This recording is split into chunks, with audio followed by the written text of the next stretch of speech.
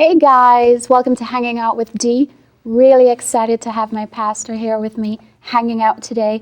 I have Pastor Leroy Parker with me of New Hope Baptist Church, and we're going to talk to him a little bit about what's it been like being a new pastor of New Hope, a little bit about his life, and then his vision for the church. Welcome, Pastor Parker. Thank you. So where did you grow up? You're not originally from Danbury, are you? No, I'm originally from Marion, Alabama. Yes. And what was life like in Alabama? Well, life was really growing up impoverished.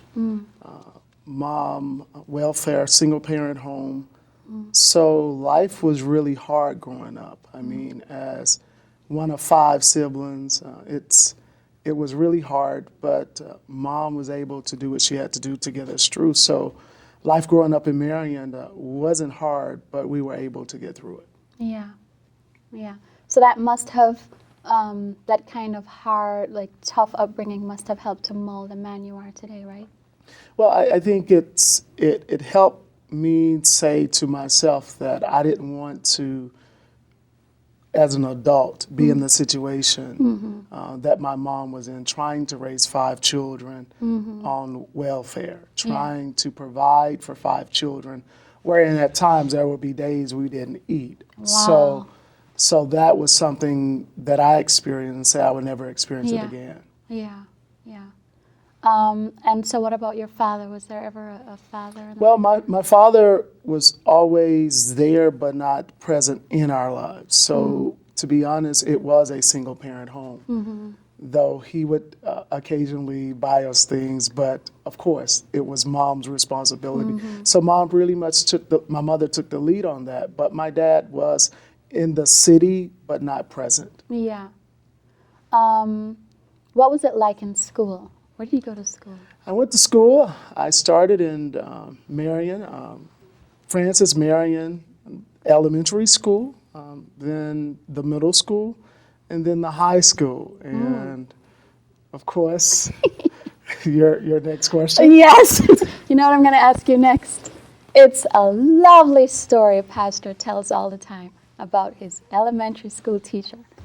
Tell us about her. One of the things that I've shared with the church is that I think around 3rd or 4th grade that I had this teacher, I won't call her name. Don't call her name. I had this teacher who, really, I think at the time, there was a lot of still racism present, even when I was in school. So then, experiencing who came to be one of my greatest supporters later. Yeah. But at that time, didn't care too much for me.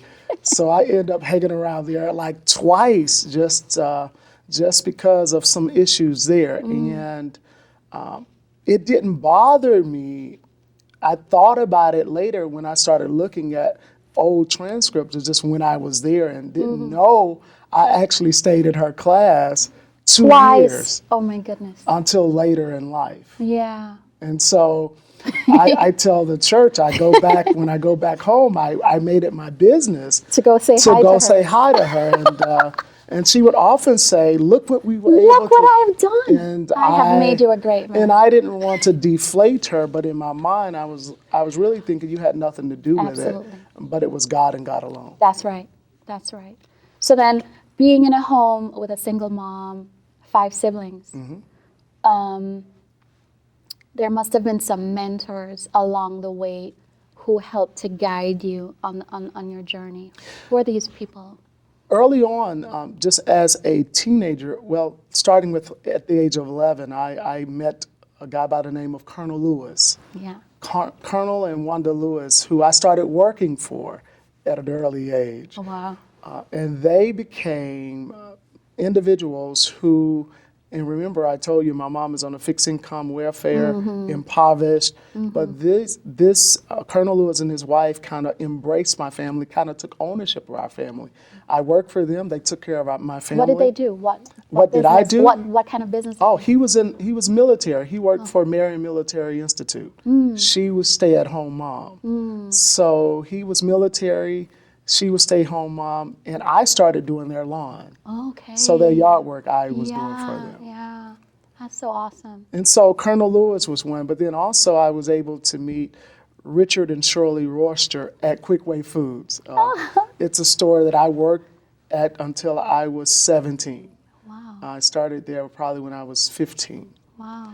And they taught me how to save money. They taught me, I bought my first car while working for them. Amazing. They took me on vacation. They took me on fishing excursions. Oh my God. They took me on shopping trips. So I was introduced to another side of life and how to save and how to pay my way using the resources I have. So those in my very young age were people that were very instrumental in my development. That's such an inspiring story.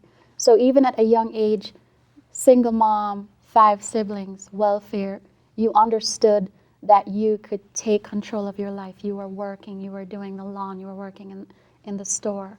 Right, and I think for not wanting to see my mom suffer and my mom trying to make sure we had, it was right of me because I was able, so I would help take care of my family. Yeah. And so I enjoy doing that.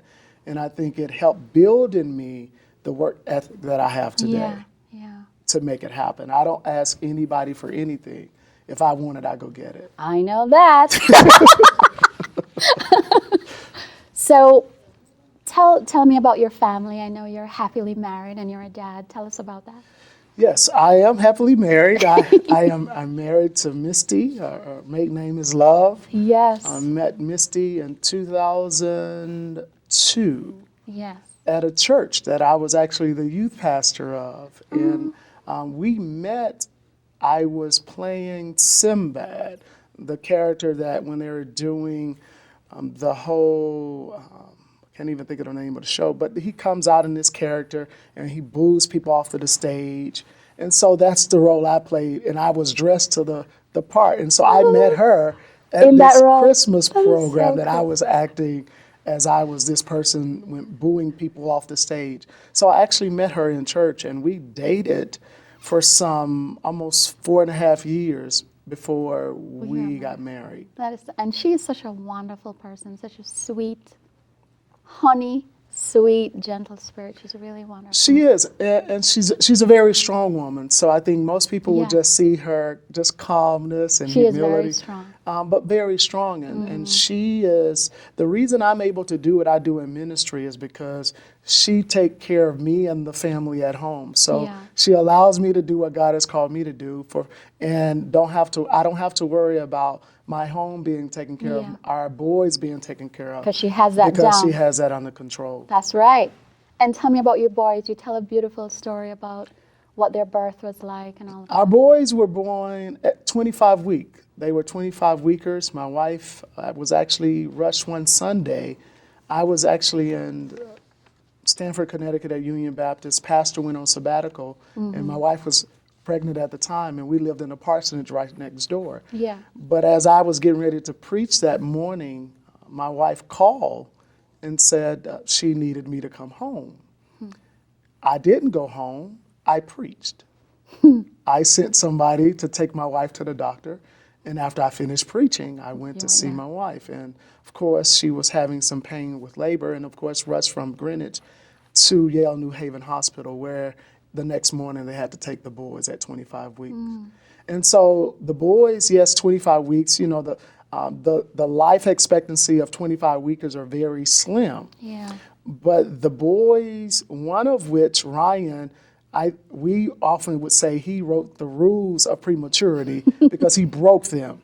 Evan was a bit lazy. Evan loved the ventilator. He would just rely on the ventilator. Though he could do it, he was just a lazy one in allowing the ventilator to breathe forward. So that journey up was about 98 days at Yale New Haven Hospital with them being there. It was really a moment in both of our lives, my wife and I, that we just saw God take us personally in our personal walk with him to another level as it relates to our commitment and our faithfulness to him.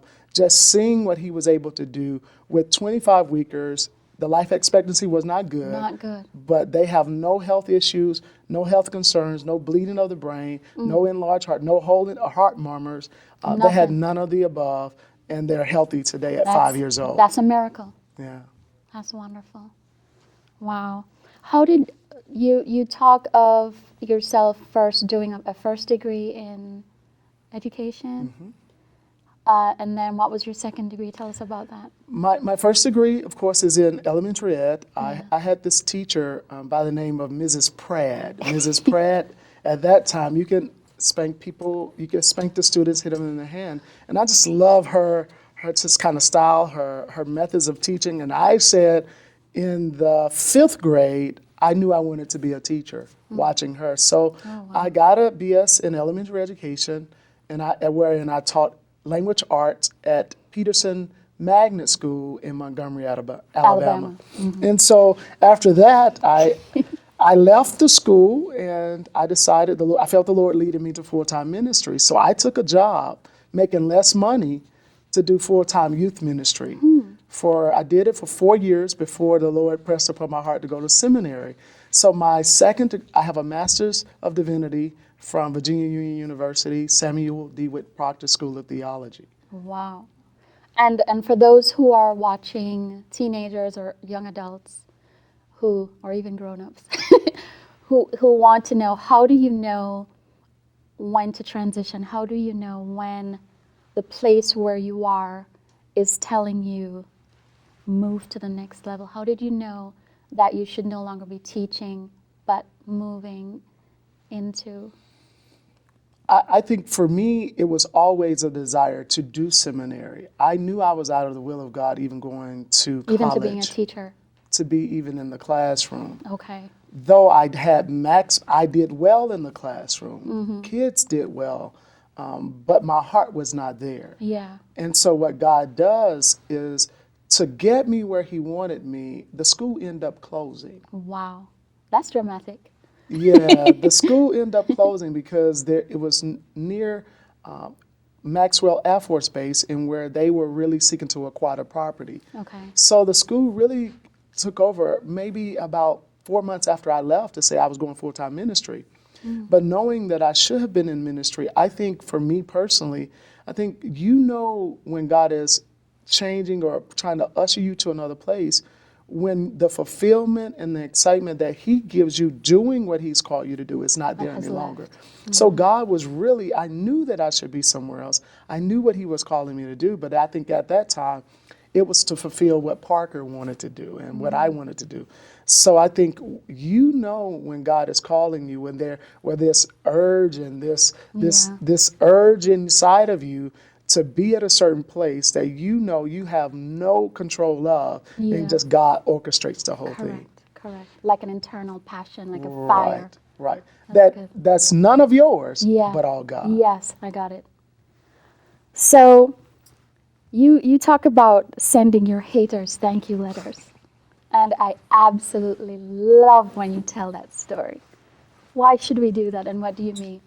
All right, and context is everything. Yes. It's wonderful, and I often do say that. We ought to at sometimes send a Hallmark thank you card. Hallmark card, yes. To the individuals who perhaps couldn't think you would be where you are today. And I think the success of many of us, if it was at the hands of individuals who would never thought you would have been where you are, you would never be there. So I say thank you to them because they forced me to pray. They forced me to petition God. They forced me to just kind of make it happen with the help of God and without their assistance. And it's a good thing that they didn't help me along the journey because I don't owe them anything for the journey that I'm on.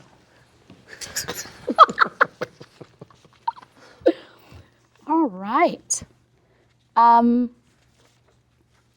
has being a father changed you? I think being a father really changed me in the sense that it really holds me accountable to being the man and modeling what manhood looks like, modeling what fatherhood looks like as relates to how I treat my wife or their mom. How I'm modeling for them how to treat a woman. Not only that, how is my walk being shown to them as young boys or toddlers now? How is my walk showing them what man and what it's okay for men to worship. It's okay for men to pray. Yeah. So I think fatherhood has really helped me in a sense to get me to be the man and all the man that God wants me to be. And I think fatherhood was good, not to say I was not doing it, but fatherhood just really kind of solidified the whole idea that I need to model for my boys how they should treat their future wives. Yeah. Model for them what a Christian man looks like. Yeah. So it's been really a great journey. Yeah. Just my boys even now. And who in your life has modeled manhood for you, given that your father was in and out of the home? Who is the person who you would say did that for you? I had several. Or the men, yeah. I had several. My first pastor was one, Reverend Lonnie Anderson, Yeah. who's in I Kokomo, remember him, Indiana, yes. who was just He's at the awesome. church last year doing our awesome. revival.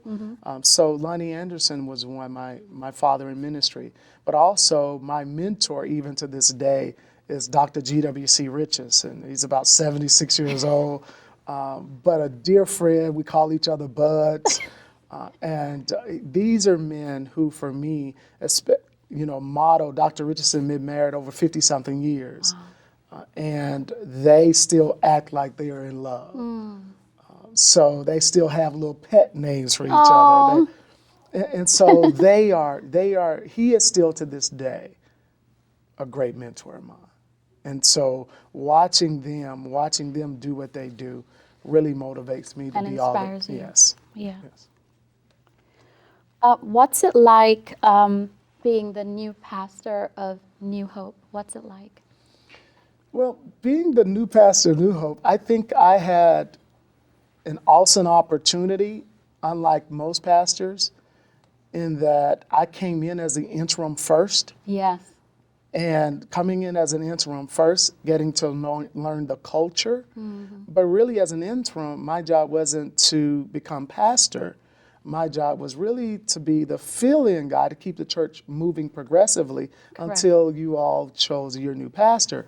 But God will fix it, where in a November meeting that the congregation made the decision that if they liked the interim pastor, they would have, he or she would have an opportunity to apply for the permanent pastor position. And therefore, that's what happened. And so, yes, I'm new to the ministry. And it has had its ups and downs. It's been a good journey, but learning a new culture, learning new people, it's been wonderful doing that and learning about the church and church dynamics. Oh, yes. and so it's been a great journey being the new pastor and really one of the newest pastors in the community. Definitely you are. And you came from Stamford Church before I came in what from, role? yes, Stanford, Union Baptist in Stanford, Dr. Robert Perry. I was there 6 years, and I left being the assistant pastor there. Okay. And I worked closely with him. Were you like in youth, or were you assistant pastor for the whole church? The whole church. Okay. So I really did more of the day-to-day activity. I did more of the managing piece. We had an office manager, but I was the person who made ministry happen for Dr. Perry. So you were being prepared. Yes, and I think everything that you do in ministry is always a platform whereby which God seeks to take you to the next level. Yeah, that's awesome. So we are going to do, just before we do our life questions game, a quick one, we're going to move over to our recording artist, Dawn Tallman. She's going to sing for us this morning.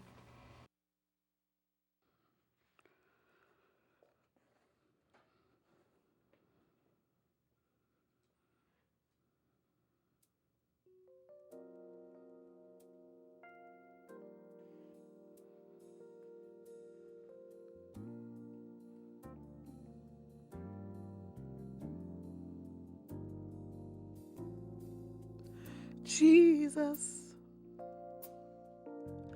Jesus, Jesus,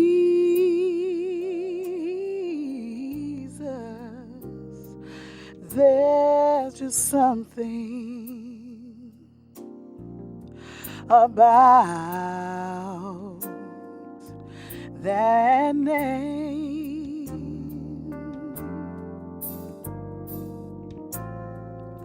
Master,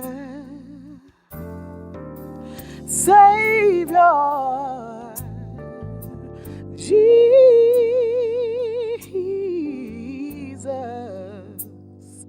like a fragrance after the rain. Oh, Jesus, Jesus, Jesus,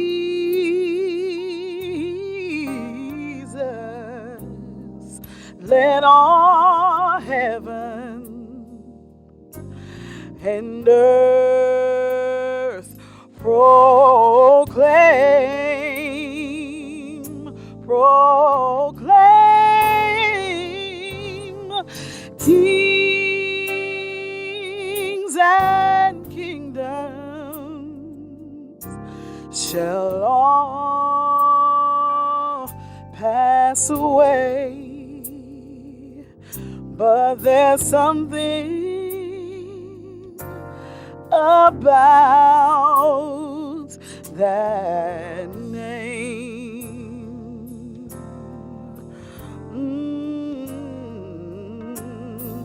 Jesus, Jesus, Jesus.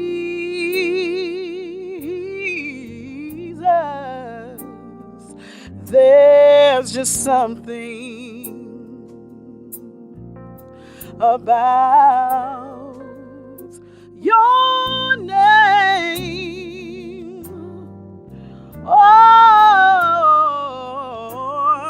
Master, yeah, and my Savior, Jesus,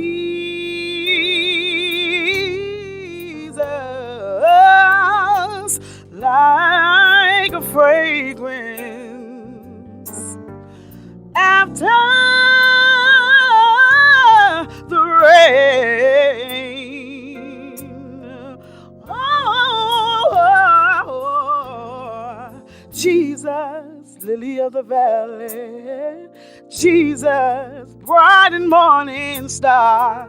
Jesus,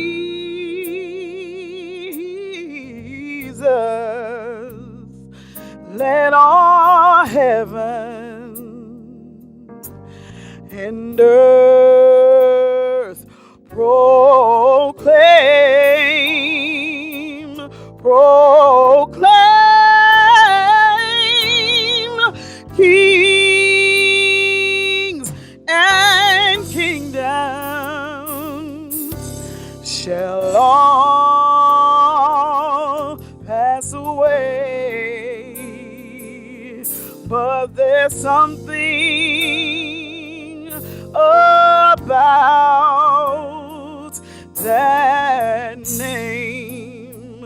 Oh, oh, oh, oh.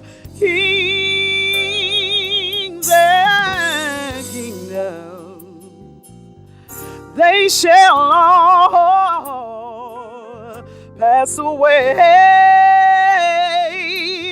but there's something about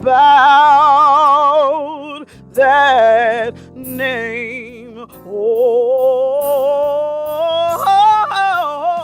yes. Thank you so much for hanging out with us today. We are enjoying the beautiful music of recording artist Don Tallman. Thank you, Pastor, for being with us. Thank you. And please hang out with us next time. Thank you so much. Bye.